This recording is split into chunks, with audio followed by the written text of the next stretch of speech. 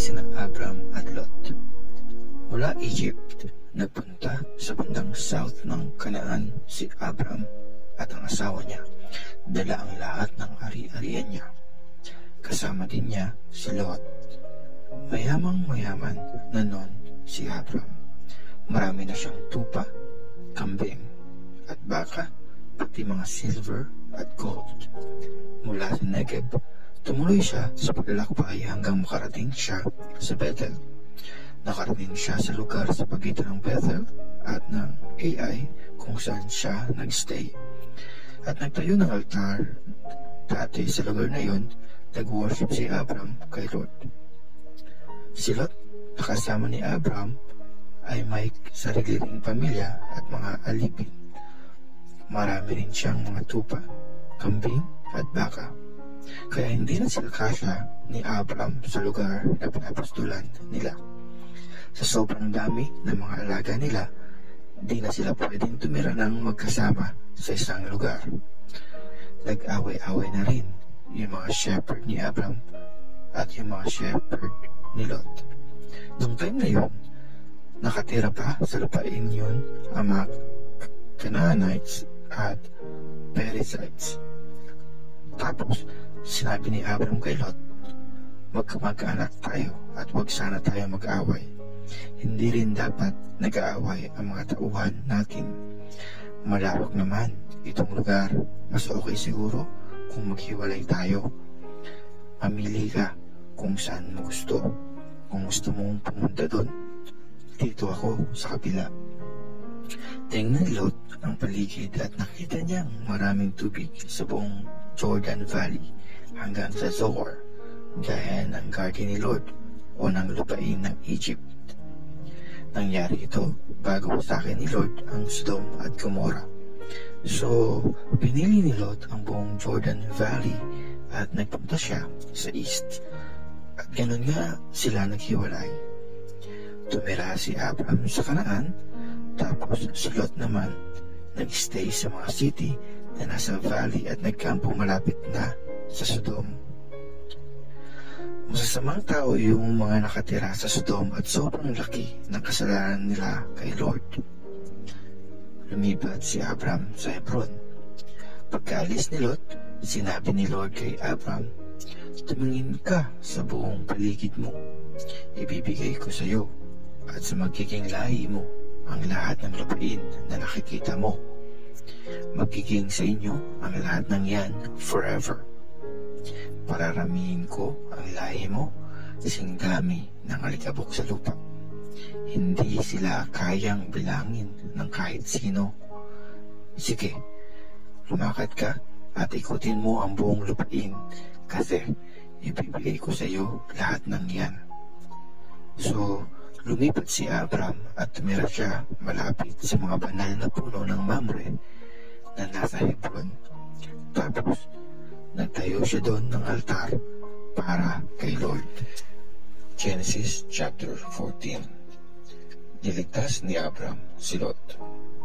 Nang panahong yun, ang mga haring sina Amraphel ng Babylonia, Ariok ng Elsar, Chedorlaomer ng Elam, at Tidal ng Golim ay nakipaglaban sa 5 hari na sina Bera ng Sodom, Birsha ng Gomorrah, Shinab ng Adma, Shimeber ng Zeboim, at ang hari ng Bela, isang city na tinatawag ding Zoar.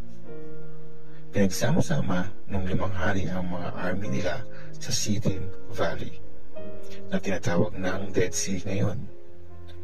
12 years silang nag-serve kay King Chedorlaomer, pero nung pang 13 na taon, nagrebelde sila laban sa kanya.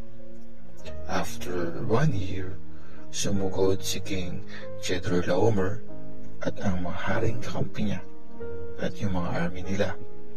Tinalo nila ang Rephaim sa Asteroth, Karnaim, ang Suzim sa Ham, at ang Emim sa Kiryataim. Natalo rin nila ang mga Horites sa mga bundok ng Edom hanggang sa El Paran na malapit sa desert. Tapos, umikot sila at bumalik sa Kadesh. na tinatawag ding En-Mishpat noon.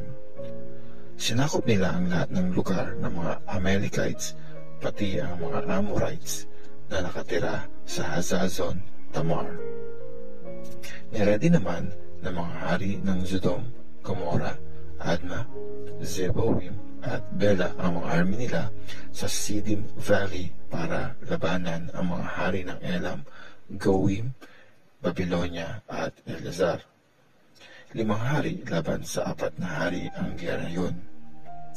Nung natatalo na yung 5 hari, tumakas sa labanan yung mga hari ng Sodom at Gomorrah.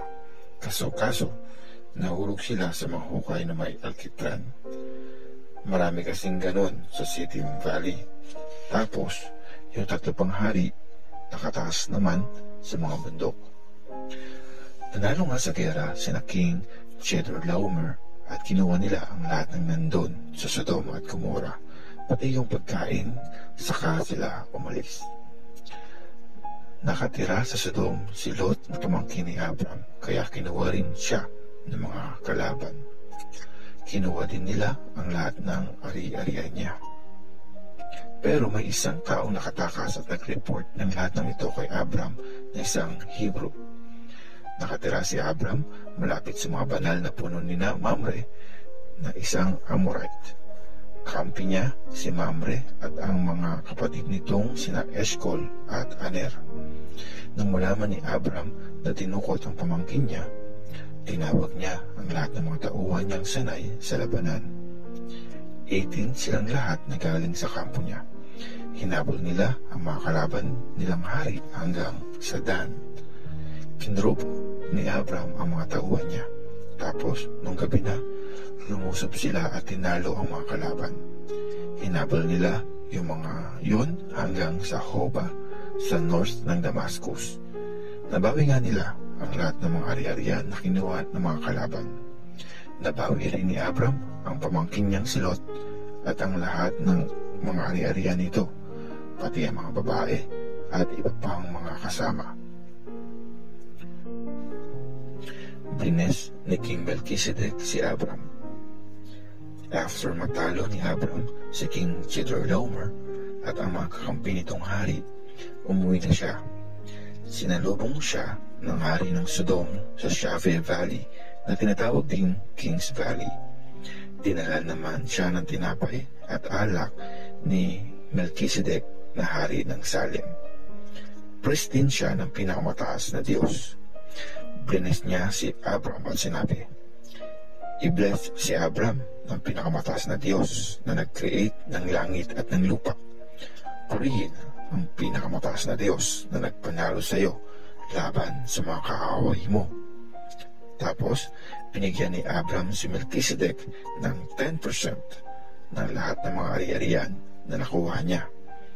Sinabi ng hari ng Sodom kay Abram, sa iyo na yang mga nabawi mong ari-arian, pero isoli mo sa akin ang mga tauhan ko. Sumagot si Abram, sinusumpa ko sa harap ni Lord na pinakamataas na Diyos at nag-create ng langit at lupa.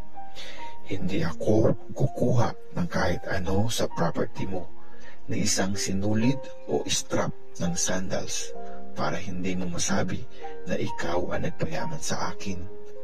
Hindi ako kukuha ng para sa akin, yun na lang mga nakain ng mga tauhan ko.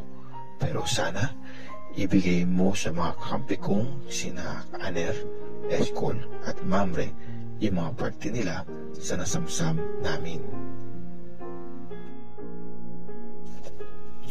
Genesis chapter 15. Ang kasunduan ng Diyos kay Abram. After nun, kinausap ni Lord si Abram sa isang vision at sinabi niya, Abram, huwag kang matakot. Puprotektahan kita at bibigyan kita ng malaking reward. Pero sumagot si Abram, O Lord God, para saan pa po yung reward na ibibigay niyo? Wala naman akong anak. Si Eliezer lang na taga Damascus ang tagapagmana ko. Hindi niyo po ako binigyan ng anak, kaya alipin ko ang magmamana ng mga ari-arian ko. Tapos, nagsalita ulit si Lord, Hindi silly na alipin mo ang magmamana ng mga kayamanan mo. Sarili mong anak ang magiging tagapagmana mo. Dinala siya ni Lord sa labas ng tent niya at sinabi, Tumingin ka sa langit, tingnan mo ang mga stars. Kaya mo pa ang bilangin yan? Ganyan kadami ang magiging mga anak mo. Naniwala si Abram kay Lord at dahil doon, tinuring siya ni Lord na matuwid. Tapos sinabi ni Lord, Ako si Lord na kumuha sa iyo sa Ur na bayan ng mga Chaldeans para ibigay ko sa iyo ang lupain ito.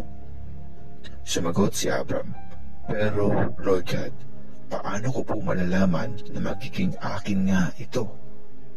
Sumagot siya, Dalhan mo ako ng tig-iisang baka, babaeng kambing at lalaking tupa na lahat 3 years old. Magdala ka din ng isang kalapati at isang pigyon. Dinala nga ni Abram ang lahat ng iyon sa Diyos. Hinati niya sa gitna yung mga hayop, except sa mga ibon, tapos pinagtapat-tapat niya ang tigkalahati ng mga ito. Nagdatingan ang mga ibong kumakain ng patay at binugan ni Abram ang mga iyon. Nung sunset na, nakatulog ng mahimbing si Abram. Tapos, dumilim ang buong paligid at nakaramdam siya ng matinding takot. Sabi ni Lord sa kanya, Makinig kang mabuti. Magiging dayo sa ibang bansa ang mga anak mo. Magiging alipin sila doon at nahihirapan sa loob ng 400 years. Pero, paparusahan ko ang bansang magpapahirap sa kanila at aalis sila doon na may dalang maraming kayamanan. Ikaw naman, Abram, magiging mahaba ang buhay mo. Mamamatay ka ng mapayapa, tapos ililiwing ka. Dadaan ang 4 na generation bago makabalik dito ang lahi mo. Hindi ko muna paparusahan ang mga Amorites na nakatira dito hanggang maging sobrang sama na nila. Nung nakalubog na ang araw at madilim na, biglang lumitaw ang isang umuusok na palayok at isang nag-aapoy na torch. Dumaan ang mga yon sa gitna ng mga hinating katawan ng hayop. Nung oras ding yun, gumawa si Lord ng kasunduan nila ni Abram.